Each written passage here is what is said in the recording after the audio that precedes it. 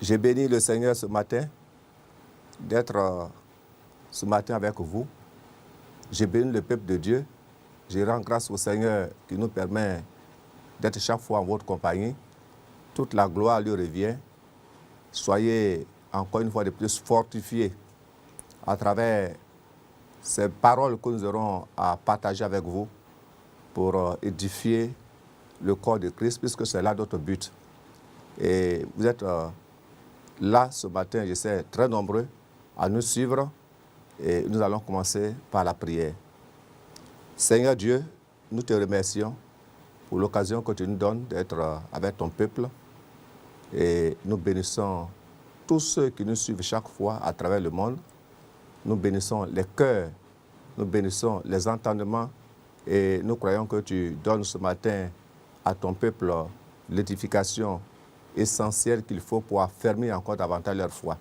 Toute la gloire lui revient au nom de Jésus. Amen. Alléluia. Soyez bénis. Alors, ce matin, nous allons nous édifier par des témoignages. Par des témoignages pour vous montrer que Dieu est avec ses enfants. Dieu est avec ses serviteurs. Dieu est au milieu de son peuple. Jésus a dit que là où 2 ou 3 sont ensemble à mon nom, je suis au milieu de vous. Et cela est une vérité. Cela est réellement vérifié chaque jour dans le ministère pour lequel il nous a appelés. Je voudrais, peuple de Dieu, vous donner des témoignages poignants pour édifier notre foi.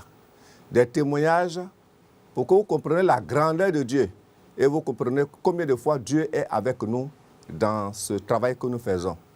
Nous allons lire ensemble un passage biblique. Et notre méditation va se porter dans le livre d'Éphésiens chapitre 6. Éphésiens chapitre 6, à partir du verset 10. Et nous allons nous arrêter jusqu'au verset 13. Il est écrit, « Au reste, fortifiez-vous dans le Seigneur et par sa force toute puissante. Revêtez-vous de toutes les armes de Dieu afin de pouvoir tenir ferme contre les ruses du diable.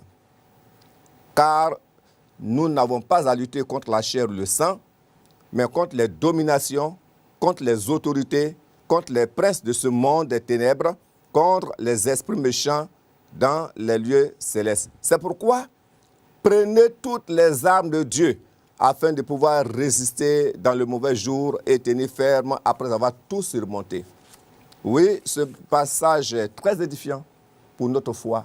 Et comme je l'ai dit tout à l'heure, c'est pour vous rendre des témoignages vivants, des témoignages qui accompagnent le ministère que nous exerçons, des témoignages qui accompagnent les enfants de Dieu. Il y a tellement de témoignages, mais ce matin, je vais prendre quelques témoignages pour nous édifier. Alors, vous voyez avec moi dans le verset 10, il est dit, « Au reste, fortifiez-vous dans le Seigneur par sa force toute puissante. » La parole nous révèle, dans ce livre d'Éphésiens 6, verset 10, que nous devons être forts dans le Seigneur.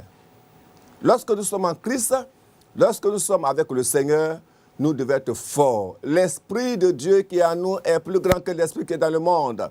Et à cause de ce que Dieu est avec nous, Dieu est en nous, l'Esprit de Dieu est en nous, alors nous devenons forts. Nous devenons forts et nous devenons forts. Peuple de Dieu, Dieu nous rend forts dans le Seigneur par sa grâce toute puissante. J'étais dans une église que je ne vais pas nommer, dans une église, et au cours d'une prédication, lorsque nous étions en train de donner le message, et pendant la prédication, il y avait une jeune sœur qui est venue à ce culte, c'était un dimanche. Elle est rentrée et elle s'est assise au dernier banc, donc la dernière rangée, juste à la porte principale, et le message de Dieu passait. Ce jour-là, le peuple de Dieu était bouillant. La présence de Dieu était réelle dans la salle. Vous voyez, nous devons faire des lieux de culte, des lieux bouillants. Quand nous venons et que nous adorons Dieu en esprit et en vérité, le Seigneur Dieu se manifeste. Le Seigneur Dieu agit puissamment. Et ce jour-là, dans cette salle qui était remplie de la présence de Dieu, cette jeune sœur est entrée, elle s'est assise, la parole de Dieu passait, le message de Dieu passait, quand tout à coup le Saint-Esprit me dit qu'il y a une présence étrangère dans la salle. Alors nous avons arrêté la prière et j'ai dit au peuple de Dieu, au milieu de nous, il y a un esprit qui est là. Il y a un esprit qui est dans la salle. À peine ai-je dit cela que la jeune fille qui était assise à la porte s'est levée, elle a enlevé sa chaussure, elle a enlevé donc la chaussure de ses pieds et elle m'a lapidé sur la chair. Elle m'a lapidé la chaussure et au moment où je cherchais à esquiver, puisque j'ai suivi la scène, alors la chaussure est venue frapper un jeune frère qui était à la première rangée, un jeune frère qui était là. La chaussure est venue frapper ce jeune frère et derrière, cette jeune fille est terrassée en criant, poussant des cris, des grands cris, demandant que aujourd'hui tu vas voir, toi tu es là pour nous dénoncer, tu es là toujours parler de démons, hein? Tu vas voir avec nous. Et l'équipe de prière qui était dans la salle est venue prendre cette jeune sœur pour aller prier pour elle. Frères et sœurs, si la présence de Dieu n'était pas là, si l'Esprit de Dieu n'était pas au milieu de nous, c'est sûr, c'est certain que ce qu'elle était venue faire allait se passer. Vous savez, pendant que nous aussi nous faisons le culte, les démons viennent aussi au culte. Et ils agissent par des dédoublements, par des attaques mystiques. Mais ce jour-là, Dieu n'a pas donné l'occasion à cette jeune sœur, poussée par les démons, de venir attaquer le peuple de Dieu. Alléluia, c'est merveilleux lorsqu'on sert Dieu, c'est merveilleux lorsque nous sommes enfants de Dieu. Alors, vous voyez, il est écrit, au reste, fortifiez-vous, voyez, soyez forts dans le Seigneur. Nous sommes forts dans le Seigneur. Soyez forts. Ne vous laissez pas troubler et ébranler par les attaques que l'ennemi vous envoie. Et il a dit, par sa force toute puissante. Vous voyez, par sa force, Dieu nous donnera toujours sa force pour résister à toutes les ruses du diable. Je vais vous raconter un événement extraordinaire que j'ai connu dans le ministère. Il y a tellement de témoignages, mais ce témoignage est vraiment formidable. Est vraiment formidable. J'ai une fois évangélisé un esprit humain dans un corps. Oui, un esprit humain dans un corps.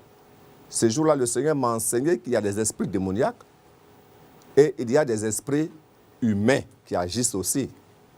Alors, comment cela s'est passé? J'étais en entretien avec deux jumelles. Ouais, c'était des jumelles. Et j'ai dit à l'autre d'attendre. J'ai pris l'autre pour l'entretenir. Et pendant que j'étais en train d'entretenir cette sœur, le Saint-Esprit m'a dit que la jeune fille qui est en face de toi n'est pas elle-même. Alors j'ai marqué une pause et j'ai dit à cette jeune sœur, je sais que ce n'est pas toi qui es là. Cette sœur qui me parle n'est pas elle-même. Est-ce que tu n'es pas un esprit dans ce corps en train de me parler? À peine ai-je dit cela que la fille est terrassée. Elle est terrassée. J'ai appelé un jeune frère qui était là, qui attendait parce qu'on ne sait jamais. Et nous l'avons attrapée. On a commencé à prier. On a commencé à prier, attaquer les démons, chasser les démons. Quand elle a dit non, excusez, pardonnez, ne me brûlez pas avec le feu, ne me brûlez pas. Et avec insistance, nous avons marqué une pause. Et j'ai demandé, quel est ton nom? Elle a dit son vrai nom, qui n'est pas un esprit démoniaque, mais son nom, en tant que le nom qui lui a été donné à sa naissance. Et nous avons demandé, mais tu fais quoi dans ce corps? Elle a dit, non, en réalité, la fille dont vous priez pour elle n'est pas dans le corps. Elle n'est pas dans le corps. Parce que depuis hier nuit, nous l'avons attrapée et elle est liée, nous l'avons enchaînée au pied d'un arbre. Donc moi, j'ai deux rôles à jouer dans ce corps. Je joue le rôle de l'esprit de mort et puis je suis un esprit veilleur. L'esprit veilleur, c'est-à-dire que quand nous prenons une personne du corps, Donc, nous l'enlevons de son corps et nous le faisons pendant les rêves. Alors, il y a un autre qui rentre dans le corps pour jouer le rôle de cette personne-là physiquement. C'est ça le rôle d'un esprit veilleur. Donc, je suis là pour veiller sur le corps, dans l'attente que l'autre groupe là-bas fasse de cette fille-là ce qu'ils veulent faire. Alors, si vous invoquez le feu sur moi, si je sors de ce corps, physiquement, les gens me verront brûler. Ça attire notre attention. Et elle va nous raconter des choses qu'il va aussi vous raconter. Elle a dit, pasteur, je suis une fille de telle ethnie que je ne voulais pas vous dire ici. Présentement, si je sors de ce corps, je me retrouverai dans telle ville avec mon corps physique. Ah bon? Oui. Je me retrouverai dans telle ville avec mon corps physique. Mais je voudrais aussi vous dire que je partais à l'église. Je partais fidèlement à l'église. Mais c'est à cause de la persécution de mes parents que j'ai arrêté d'aller à l'église et je me suis retrouvé dans le groupe un groupe qui pratique la sorcellerie. Je suis rentré dans ce groupe. Et cette jeune fille, c'est aussi une sorcière, c'est pour laquelle vous priez. Mais comme elles ont fait un dégât dans notre camp, c'est pourquoi nous sommes venus la chercher. Mais c'est malheureusement, à la veille, vous lui avez donné rendez-vous. Donc il fallait que nous honorions ce rendez-vous. Ce n'est pas elle-même qui est venue au rendez-vous, mais nous sommes venus avec son corps au rendez-vous. Pour voir quel est le pasteur qui l'entretient. Et elle va nous dire l'église où elle partait. Elle va nous dire même qu'elle est en 3e, qu'elle fréquente dans un collège en 3e. Mais elle ne va pas s'arrêter là, elle va encore nous étonner. C'est pour dire, mes frères et sœurs, que nous qui avons la grâce de faire des délivrances, on doit avoir entre nos mains les armes spirituelles qu'il faut. On doit avoir un revêtement de la part du Seigneur pour exercer le ministère de la délivrance. Et se laisser conduire par le Saint-Esprit à travers les dons spirituels qu'il a donnés aux chrétiens à l'Église. Et elle nous dit, alors vraiment, je vous demande pardon. Parce que si vous me brûlez avec le feu, si je sors de son corps, on me verra brûler effectivement. Alors ce que vous allez faire, priez pour qu'il y ait le feu autour de moi. Et pendant que je serai en train de me déplacer, pour aller là où se trouve la jeune fille pour laquelle vous priez, parce que nous l'avons attachée, le feu va m'accompagner et je vais la délier. Elle va rentrer dans le cercle et puis reprendre son corps physique. On était troublés. Mais on a senti dans ce qu'elle dit une certaine vérité. Et avec le jeune frère, nous avons prié pour elle. Nous avons demandé à Dieu que c'est lui qui est souverain, c'est lui qui sait toutes choses, qu'il intervient et qu'il met cette muraille de feu autour d'elle. Mais avant de se déplacer pour aller détacher cette fille qui est prise en otage dans leur groupe depuis la veille, donc la nuit, elle nous a dit, vraiment, si je sors de ce corps, j'irai à l'église. Pasteur, donne-moi une lettre de recommandation. Et ce que je vous dis, nous étions dans le bureau, en train de prier avec elle. Et elle nous demande une lettre de recommandation. Que si elle va remettre cette lettre de recommandation au pasteur à qui nous allons recommander. On était là en train de se regarder, le frère en Christ et moi. Et il a dit, mais pasteur, on n'a qu'à essayer. Et on a demandé, mais si on te donne la lettre de recommandation, comment tu vas les remettre au pasteur? Puisque tu es avec nous ici au bureau. Elle dit, ça, ce n'est pas un problème. Faites-moi une lettre de recommandation.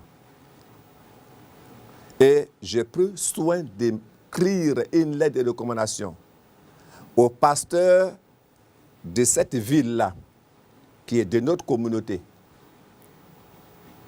J'ai écrit la lettre de recommandation.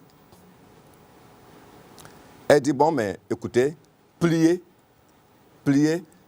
là en 4. Et puis, mettez cela dans ma poche. Elle était dans une camionnette avec des poches à côté.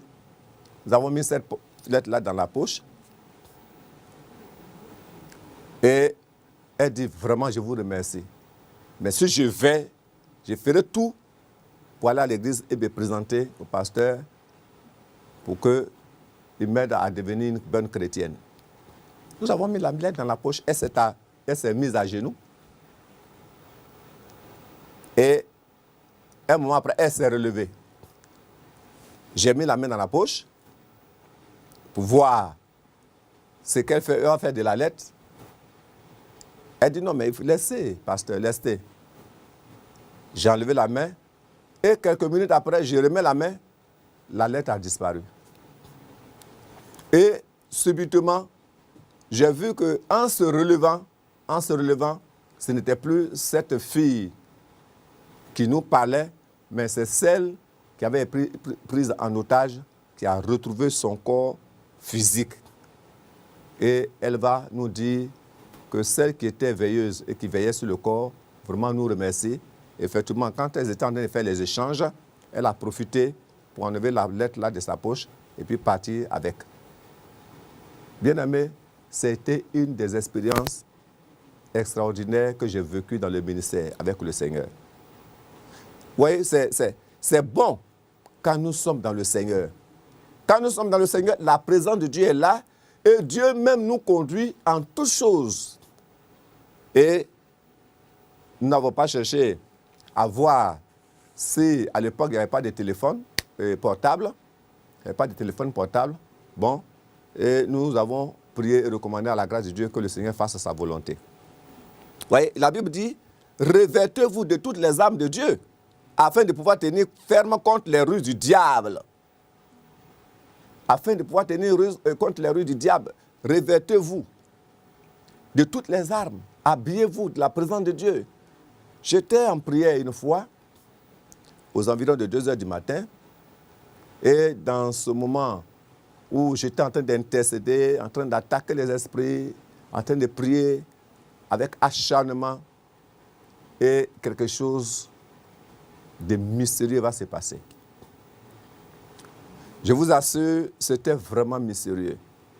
Un chien qui aboyait derrière la fenêtre va m'appeler par mon nom. Désiré. Désiré. Je vous assure, depuis le sommet de la tête jusqu'à la plante des pieds, tout mon être a été secoué.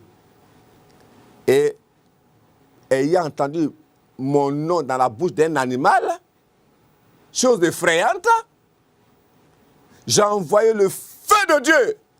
Et comme un bâton qui chicotait, qui frappait, le chien a commencé à aboyer, et il est rentré parmi les ruelles, et les maisons voisines, et le chien est parti. J'ai passé près de 3 jours malade, parce que je ne pouvais pas imaginer qu'un esprit peut m'appeler à travers un animal. Mais si la présence de Dieu n'était pas là, je suis certain que pour avoir simplement dit mon nom, c'était la mort. La Bible nous exhorte à nous revêtir toujours de la présence de Dieu. À nous revêtir toujours de la présence de Dieu. Lorsque nous avons la présence de Dieu en nous, rien ne peut nous arriver. Jésus a dit, je suis avec vous tous les jours jusqu'à la fin du monde. Je suis avec vous tous les jours jusqu'à la fin du monde. Et c'est important. La marche avec le Seigneur. Des exploits que nous faisons avec le Seigneur. Il y a tellement des exploits que nous faisons avec Dieu. Souvent que nous laissons passer. Mais dans tout, nous devons retenir que Jésus est réel, Jésus est vrai. Je vais encore vous rendre 2 autres derniers témoignages et vous allez voir. J'étais couché aux environs de 1 heure par là et j'entends des bruits de pas sur le toit de la maison.